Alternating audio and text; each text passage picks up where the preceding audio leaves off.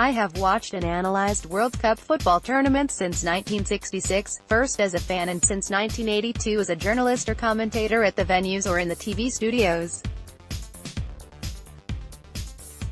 Of the 10 World Cups that I have written about or commentated on, I can categorically say that Russia 2018 was the greatest of them all in sheer unpredictability and setting new trends. History will remember Russia 2018 as the tournament in which technology played a decisive role in deciding matches. Matches were tighter than ever before. 31 of the 64 games were decided by a single goal margin and 14 matches ended in draws. The margin between football's nobility and title aspirants is narrowing. It was the first World Cup without Germany, Brazil or Argentina in the semi-finals. Russia 2018 underscored effects of VAR, racial integration and more. AFP The new video assistant referee (VAR) system is here to stay forever, as it has led to greater efficiency. The VAR system examined nearly 450 incidents and ensured that there was 99.32% accuracy in all decisions made by the referees. Consequently, a record number of 29 penalty kicks were awarded during this World Cup, 11 more than the previous mark of 18 in the 2002 World Cup. Also, the fear of getting caught on camera led to less violent incidents. There was not a single red card for violent conduct. Contrast this with the round of 16 match between Netherlands and Portugal in the 2006 World Cup, known as the Battle of Nuremberg. In that game, the Russian referee Valentin Ivanov handed out 16 yellow and 4 red cards. Now, the fear of getting caught led to less violent conduct on the field and the flow of the game was quicker. It also changed the outlook of teams, especially in the jostling that takes place in the 18-yard box during free kicks and corner kicks. Belgium's coach Roberto Martinez categorically indicated that the presence of VAR had changed the way his team handled both defensive and offensive set pieces.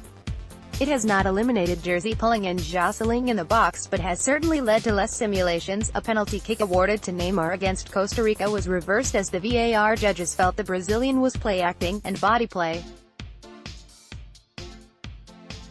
The 2018 World Cup brought us this refereeing revolution. The judicial police who managed the VAR became very important men. Just imagine, if VAR had been in existence in previous World Cups, many contentious decisions would have been reversed.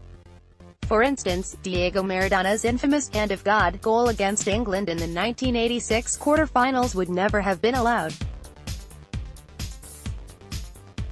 Similarly, if goal line technology had existed in 1966, we would have known if England's third goal against West Germany in extra time would have been allowed.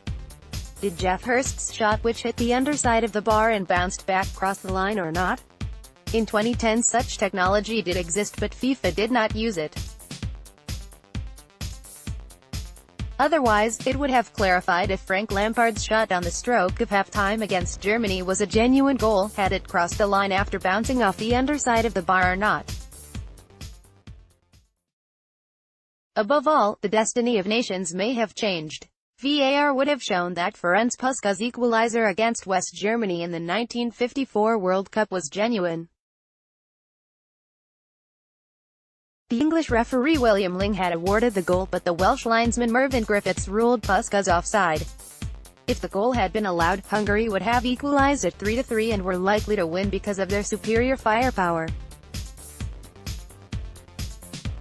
Hungary would then have been the first East European nation to win the World Cup.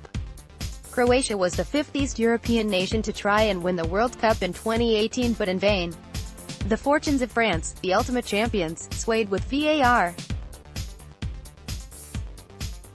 In their opening Group C match with tenacious Australia on the 16th of June, France struggled to find rhythm. The team labored, they lacked creativity and cohesion. The score was goalless till early in the second half. Then in the 58th minute after consultation with VAR, the referee awarded a penalty kick to France. Antoine Griezmann converted. France were on their way to glory. In the final after Ivan Perisic equalized for Croatia in the 28th minute, France were pegged back. But their fortunes changed in the 38th minute when Griezmann took an in-swinging corner kick. Blaise Matuidi darted to the first post, and leapt to head the ball. He did not connect properly and the ball hit Perisic's outstretched left hand, seemingly accidentally. The human eye would not have been able to detect such a handball, as referee Nestor Pitana's vision was blocked by Perisic's body. France protested and asked for a penalty kick. A decade or two ago, the referee would have waved play on. But in 2018 technology had an impact. After consultation with the VAR panel, Pitana went to the sidelines, checked the replays and awarded a penalty kick which Griezmann stroked in. France led 2-1 and after that dominated to win the final comfortably. Above all, this World Cup has shown that individuals do not win matches, even if they are as great as Lionel Messi or Cristiano Ronaldo. Despite several moments of brilliance and some sublime goals by both Ronaldo and Messi, both Portugal and Argentina exited in the space of 6 hours on the 30th of June. For both, it was maybe the last time in the greatest show on earth. The change of guard in world football was evident in this World Cup. The precocious teenager Kylian Mbappé could become the next superstar of world football. He has the pace, power, sudden acceleration, goal-scoring ability and above all good temperament to excel.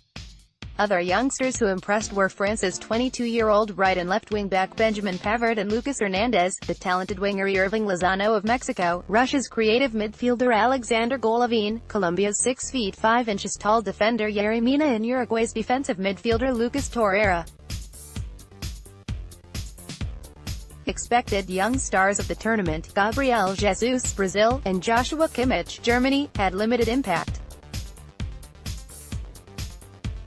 This shows that the gap is narrowing and many countries are producing talented players. Teams won because of collective endeavor. 70 goals were scored from set pieces in 64 matches. Of the 32 teams in the fray, 15 scored at least 50% of their goals from set pieces. England scored 9 of their 12 goals from dead ball situations. The last time France won the World Cup, in 1998, they brought cross-culturalism into the media spotlight. Winners again, they were one of 3 semi-finalists who had significant numbers of players with a mixed heritage, sons or grandsons of immigrants. 16 of the 23-member French squad belonged to immigrant families. The sheer diversity of the squad is best exemplified by what 2 important members of this squad, N'Golo Kanté and Griezmann, were doing as toddlers when France lifted the squad in 1998. Back then, the 11-year-old Kanté was picking up trash to support his migrant family. He never watched a football match. He couldn't afford to. Griezmann, who belonged to the middle class, was at the final at Paris and as a 7-year-old wearing a French jersey, trotted up to Thierry Henry and goalkeeper Fabien Barthez for autographs. This World Cup has finally proved that there is no more the poetic football of South America and the prosaic football of Europe. As globalization imposes itself, in football too, people and ideas are ever more mixed and identities fragmented. The abrupt end that befell Germany and Spain endangered the tiki-taka style that conquered the last 2 World Cups and became a footballing yardstick by which the game was measured. The World Cup in Russia consecrated the middle way. Teams that did not seek to dominate for 90 minutes, nor dig in and wait deep, excelled. Teams that felt more comfortable counterattacking did well.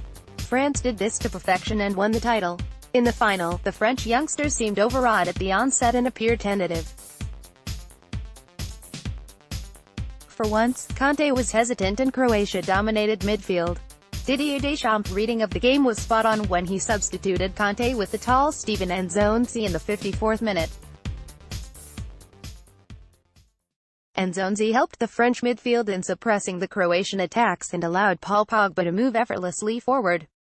Then, in the space of 6 minutes, France unleashed a blitzkrieg, relying on the pace and momentum of Pogba and Mbappé.